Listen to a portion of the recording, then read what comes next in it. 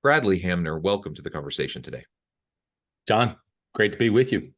It is a pleasure to be with you. You're joining us from Alabama. I'm south of Salt Lake City in Utah. And today we're going to be talking about how to develop confidence and lead yourself first. We talk about leadership all the time on this podcast. There's so many really great topics under that umbrella. And I think sometimes what gets lost is unless you first develop your own competencies and capabilities and your own leadership potential, it's going to be really hard for you to coach and mentor and develop others around you and those on your team. So, pulling down the oxygen mask first, for yourself is kind of the metaphor for today. And as we develop that confidence and our ability to lead ourselves first, it will only enhance our ability to lead effective teams and effective organizations as well. As we get started, I wanted to share Bradley's bio with everybody. Bradley Hamner is an entrepreneur with a tenacious drive, started his first business in 2009 against all odds. Overcoming initial challenges, he developed effective operating systems through relentless trial and testing. Today, he is a business growth coach and value builder consultant, empowering entrepreneurs to become architects of their own success. He shares his revolutionary Blueprint OS methodology, unlocking businesses' true potential and driving remarkable achievements. Again, Bradley, a pleasure to have you. Anything you would like to add by way of your background or personal context before we dive on in? I did not have this initial spark that I wanted to be an entrepreneur, business owner. I did not have some selling tomatoes on the side, or, I did lemonade stands when I was younger. But sometimes you catch more than what you're taught. My dad's a small business owner still to this day in the farming industry. And at the end of the day, I think that had a huge influence on me, that ultimately I wanted to be able to carve out my own path, and started in the corporate America, specifically in pharmaceuticals. And then I wanted to be able to control my own destiny. And so I was one of those weird people who gave up the 9 to 5 to be able to pursue the 9 to 11 and, not 11 a.m. And so through that was certainly some success, but a lot of trial and a lot of mistakes and a lot of self-reflection along the way. Yeah. Well, and that's what it's all about. Being an entrepreneur is a messy business, right? It's not for the faint of heart, and there's going to be ups and there's going to be downs, sometimes a lot of downs. And it's as much about resiliency and your ability to learn and pivot, as it is, about the idea, that you have. So many people have wonderful ideas, but it's implementing them, bringing them to market, and doing it in a way that is sustainable. That is really what gets so many people. And so, let's start by tapping into this idea of confidence. And for you, again, as an early entrepreneur getting into the space, having setbacks, I mean, that is the type of thing that really can erode confidence very quickly. But it's just part of the deal. Like, everyone's going to have to deal with it. So how have you worked to develop confidence?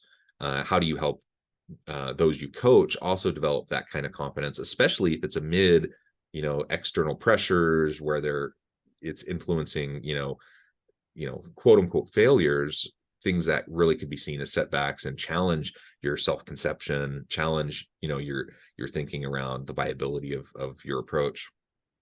All right. So I want to go back to something that you said a minute ago, because actually what you said is exactly one of our maxims. Maxims are things that we say and things that we believe.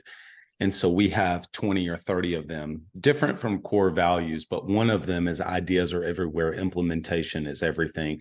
And so I think whether you're an entrepreneur, business owner, or you're, a middle manager, senior manager, anyway, an employee, at the end of the day, there's so much content out there, from podcasts and YouTube videos and books and podcasts. There's so much out there, Instagram, that we can get addicted to learning. And I'm addicted to learning. And then we don't do anything with it. All of the change, all of the progress that I have made personally, and then ultimately in the businesses and with the businesses that I've been able to have the privilege to coach and work with those entrepreneurs, it is only come not from the ideas, but for them actually doing something with it. I'll give you a specific example. So what I want to try to do sometimes is take things from a high level concept and then bring it down to practical. So another one of our maxims is show me, don't tell me. And so, in other words, people talk a lot about systems and processes. Well, we will talk about building, let's just say, a sales playbook. I was voxing with one of my clients this morning. And so there's a difference between, yeah, that's a good idea. I do need to build that out. I do need to put process, scripts, and mindset into my sales playbook versus him actually doing it, typing it out and saying, what is our sales process? Let me actually document what that is. Let me actually, what are the scripts I want my team to say, text, email, and then what's the mindset around that? And so when he actually does it, takes the time, and it is the hard work that nobody actually wants to confront a lot of times. He actually does it, and then he sends me the document, Word document, Google document, whatever, and says, Notion page, says, hey, take a look at this, give me some feedback. Now we're actually doing something with it. He actually is implementing the thing and doing it versus it just banging around in his head, having it on his to-do list and never doing anything with it. So I really want to make sure that people do get, whether it's this podcast or another one, you're only going to make change by actually implementation of things, not just ideas. Okay, so that's number one. Secondly, we think, I have this framework called MIT.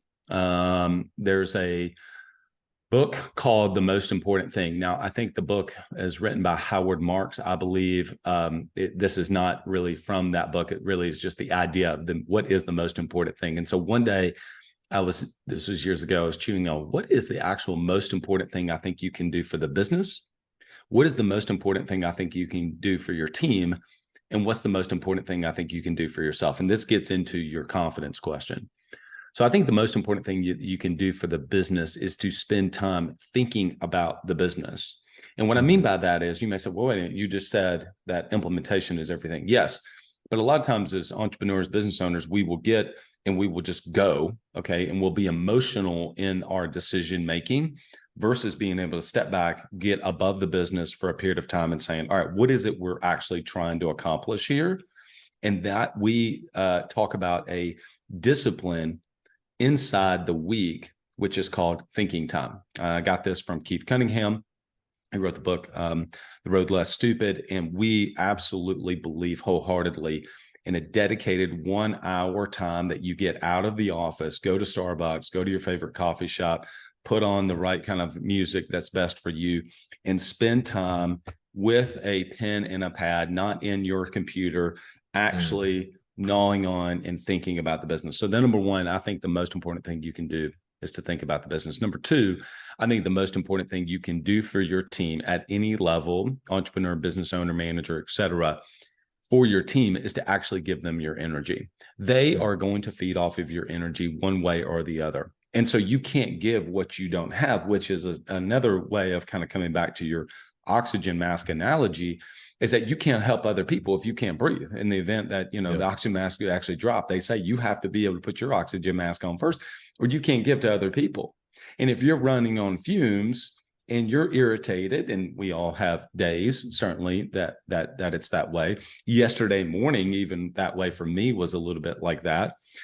They will feed off that either negative energy or that positive energy. Like it or not, they are absolutely feeding off your energy. And then number three, I think the most important thing you can do for yourself is to protect your confidence. Business is hard and it gets harder. At any level of business, at any size business, if you're at $500,000 or you do 500,000 a month, it doesn't matter. You do 10 million, 25 million a year, $100 million a year business. At the end of the day, I've yet to meet, unless it's a complete narcissist, meet someone who does not have doubt, insecurities. I don't think I can do this. Who am I? The imposter syndrome, if you want to call it that, all of these doubts of like, I'm not really sure. I'm kind of presenting that this is the right strategy. I think that this is going to work. I'm not really sure that this is going to work. And so then what are the disciplines, which we can certainly get into that in a minute. What are the things that you then can actually do to protect your confidence? And then I'll add this last thing in before I'll throw it back to you, is I don't think you have to wait until you have confidence to do something. Yeah, well, you build your confidence as you go. I completely agree with that. And there's a lot of reasons why people get stuck in the thought process. You mentioned earlier, churning ideas. It's good to have the ideation phase, right? And to come up with ideas and to take the time to thoughtfully think about the strategy moving forward and the challenges you're facing, and wrestling with those ideas is really, really important. But I know so many people that just really just get stuck there. And there's a variety of reasons for that. Sometimes it's analysis paralysis. Sometimes it's just the nitty gritty hard work of like implementation and putting things into practice is not something they're really either good at or something they want to do. So a lot of times I'll hear someone say, well, I'm an idea guy. I'm not the person who does it. Well, someone has to do it. And when you're an entrepreneur, that someone is usually you. And so you have to be able to translate ideas into practice in some way. So analysis paralysis, perhaps, maybe it's just you don't see yourself as the implementer, or maybe you don't feel like you have the abilities to do it well. But I think another piece of this is just the confidence. Like a lot of people, it can live in their head and be dramatic and like all these great aspirational goals. The moment you start to put it into practice, it becomes real, and that's scary. For a lot of people, especially if you're lacking in confidence. And so there's a variety of reasons why someone may not get from idea to implementation. But I think, just acknowledging what that reason is for you is important. And whatever steps you can take to just start the process. It doesn't need to be perfect. You don't need to be super confident right now. You can develop that and build it as you go, and build the plane while you're flying it. And you'll have small wins, and those small wins can start to steamroll into bigger wins, and all that can build your confidence. So I really like what you were saying about that. And then once we move into, really thinking carefully about how to further develop and scale our business, whatever it is, whatever the product or service is, as you start to scale and as you start to build a team around you to support what you're trying to do, again, if you're not the best implementer, you better be darn sure that you're surrounding yourself with people who are doers, people who get stuff done, who can take ideas and put them into practice. But that also can be a little, depending on the person's ego, that can be threatening. Someone who then is taking over perhaps some of the ownership of your idea. And so all of this, again, comes back to this idea of confidence. You also said a minute ago, you said, unless they're a narcissist, they're probably going to have some doubt. They're probably going to have some imposter syndrome or whatever. I actually wanted to ask about that before you even said that. Like, how do you balance between confidence and doubt, and like developing confidence in yourself while not like being a total narcissist who, just, they have the ultimate confidence, right? They think they're amazing. They think everything they're doing is great. That may or may not be true. And so there does need to be a level of intellectual humility, as you're carrying your idea forward into implementation, into, the product or service you want to provide. Any thoughts around that, like balancing that? Or perhaps that's just rare, and really it's less of a problem than just building the confidence itself. I do have a very specific answer to that, because I've actually chewed on this myself a little bit. I've gotten to where I feel like I'm a much deeper critical thinker than I used to be. And so, for instance, we try to use language and words very intentionally in our programs and what we say, right? A roadmap is a certain thing. A blueprint is a certain thing. People throw around visionary entrepreneur. What does that even mean? Integrator, what does that mean? Operator, what does that mean? Operating system, what does that mean? Versus like we just throw around language loosey-goosey. So I'm going to give you a specific answer. I do want to go back to one thing you said, though, that has been really helpful, that for me, around whenever you were saying analysis paralysis, I now will think it's one of two things. Do I have a lack of options? I actually don't know what to do. I'm kind of empty. I don't know what to do. I don't know how to grow my business. Okay, if I don't know what to do, then I know I can go through and acquire or get myself around, a lot of times, people who have done what it is I'm trying to do, and they can give me strategies. So a lot of times I may feel like I just don't know what to do. Or am I overwhelmed with too many options of what to do? Should I go on podcast? Should I run paid ads? Should we run a referral strategy? Should we actually run paid ads and do it this way into a book a call? Or should it be into a lead funnel? Should you write a book? I could keep going, right? I could end up naming 45. maybe more if we kept listing them out. So am I overwhelmed because I don't know where to choose, or am I kind of feeling sad because I just don't know what to do? There's two different things. Is it lack of options, or am I overwhelmed and have anxiety with too many options? Does that make sense? Yep. Yep. Okay. Absolutely. So that helps me to push on one side or the other. Now, to answer your question, an undeniable stack of proof. And so at the end of the day, if someone has an undeniable stack of proof of they have done the thing that they're saying that they are doing, then at the end of the day, there's a level of humility that they're actually being able to say, well, this is what I've done. I hope that this serves you. Does that make sense? Right? Yeah. So I really think it ultimately comes into that, because there's so much on social media pontification, speaking out from these things. And you hear all these people who, rent a Lambo for a day to be able to take a picture, so on and so forth. I mean, those are the extreme versions of it. I think that the more everyday versions are, there's posturing, because John, I want you to think of me a certain way. I want you to think of me as successful, as a business guru. And so I need to posture myself around certain things versus what is your undeniable stack of proof that you have been able to do what it is that you're sharing with other people to do. Does that make sense? Yeah. Yeah. Yeah. No, I think that's a great way of framing it up. I guess the main point here is we want people to develop self-assurance, confidence. We want people to be secure and, to not succumb to self-doubt and all of those sorts of things. We also don't want people to be complete narcissists. No, because that's not healthy either. So, finding a balance and just recognizing, I think, again, any entrepreneur, any leader really, regardless of your role or the size of the organization, you're going to be dealing with hard things and difficult decisions, and you're going to have, it's healthy to have self-doubt. You don't want it to be paralyzed by it, but it is healthy. And so it's okay to lean into that.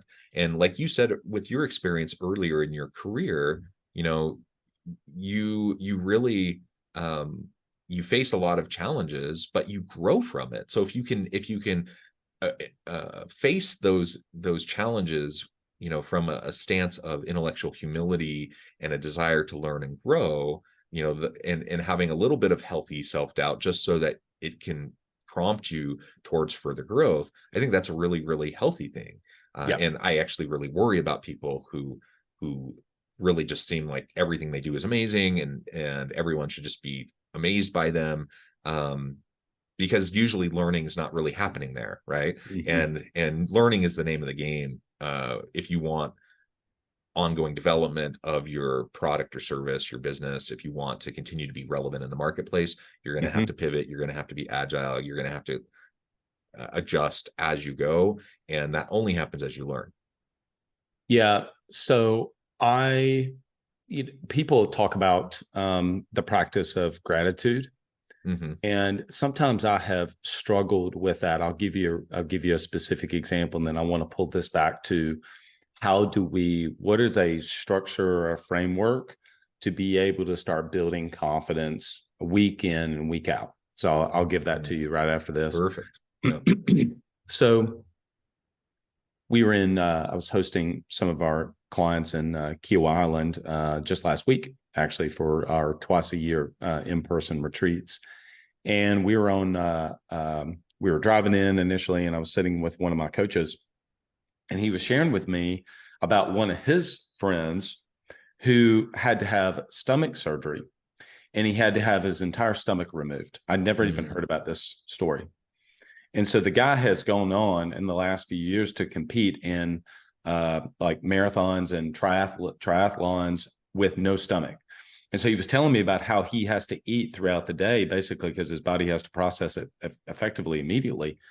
And I just had so many questions around that. And I thought to myself, man, I have never once even considered having gratitude for the fact that I have a stomach. I mean, who would do that until you hear of a story like that? Okay. So I say that to say that sometimes I struggle with the practice of gratitude.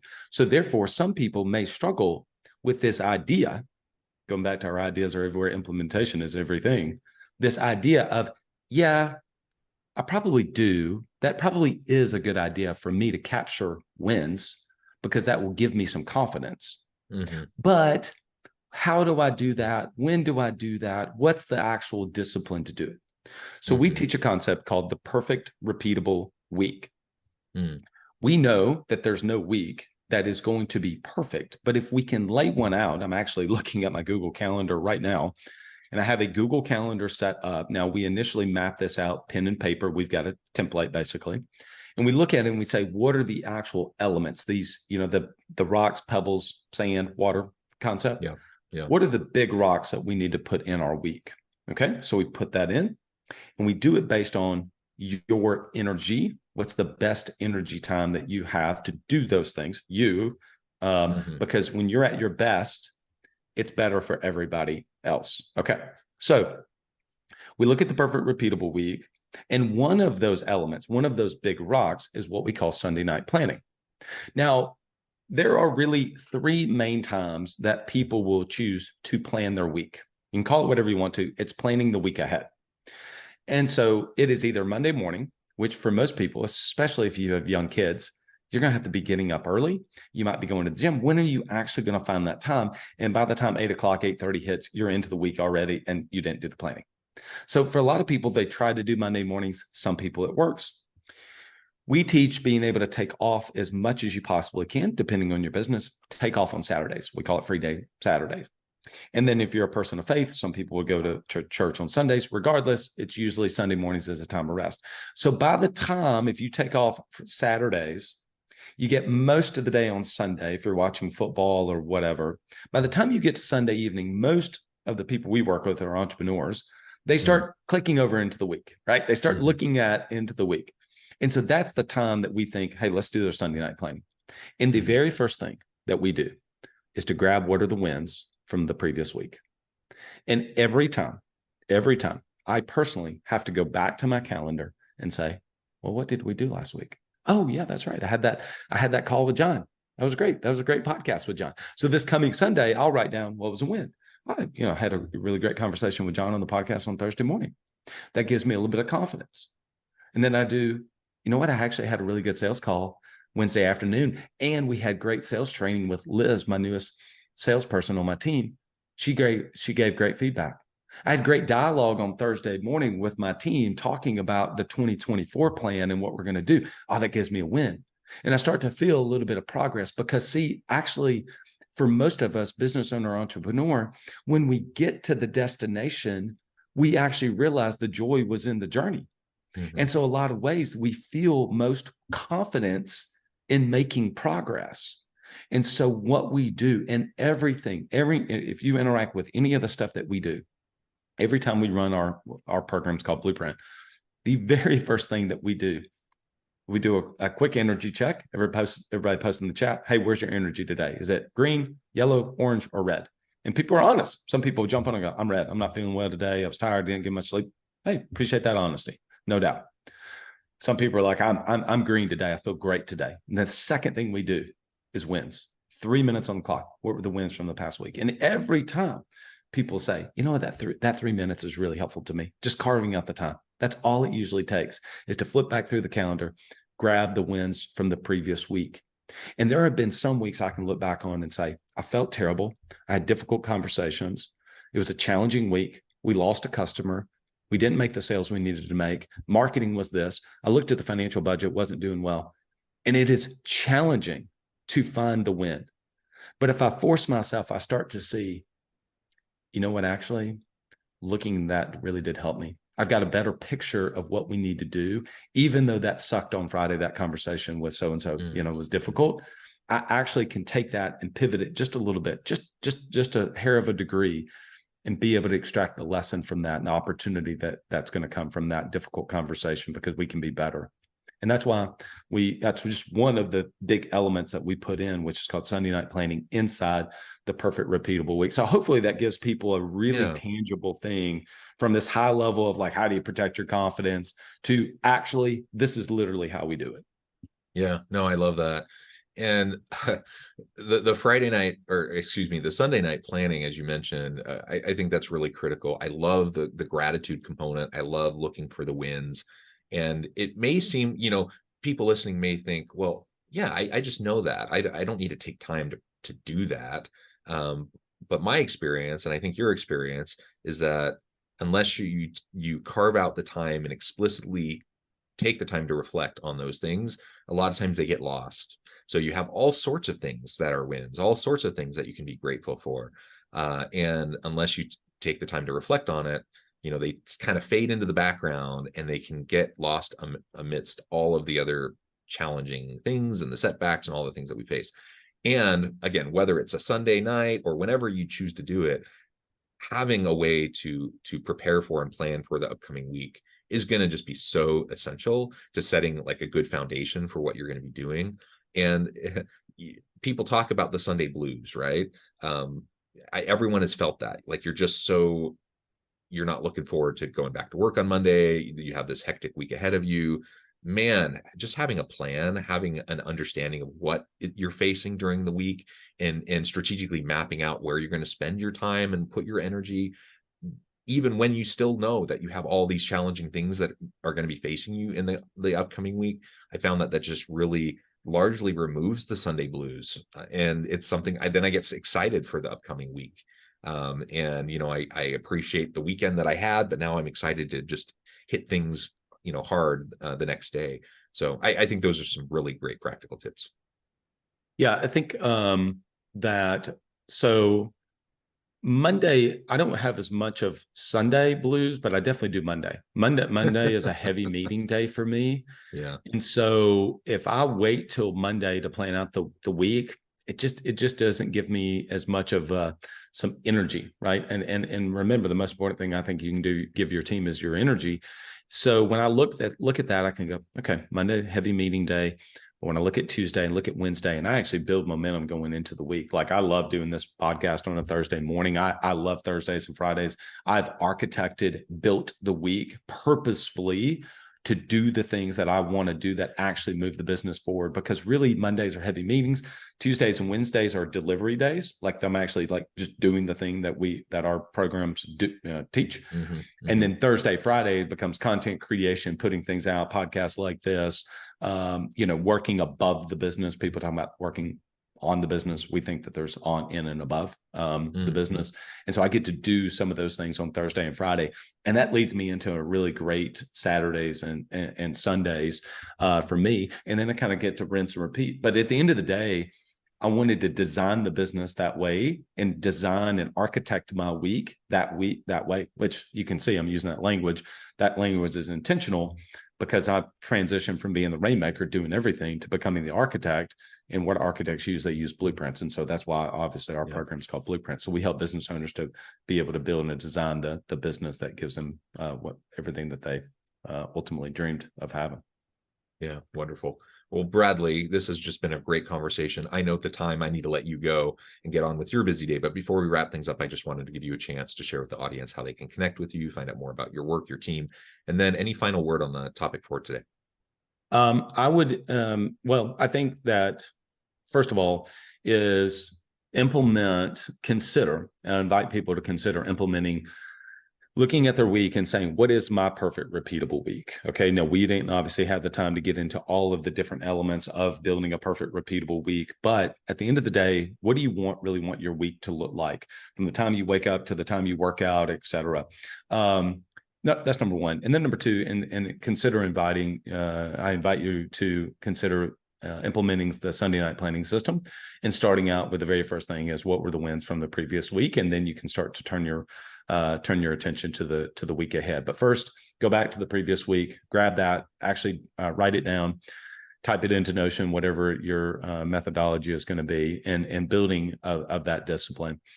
You want to connect with us if you're a small business owner, entrepreneur, and this has been somewhat helpful to you. Go to businessgrowthcurator.com, and on our webpage is a assessment. It takes you maybe 5 minutes to take. We'll give you around 40 questions or so.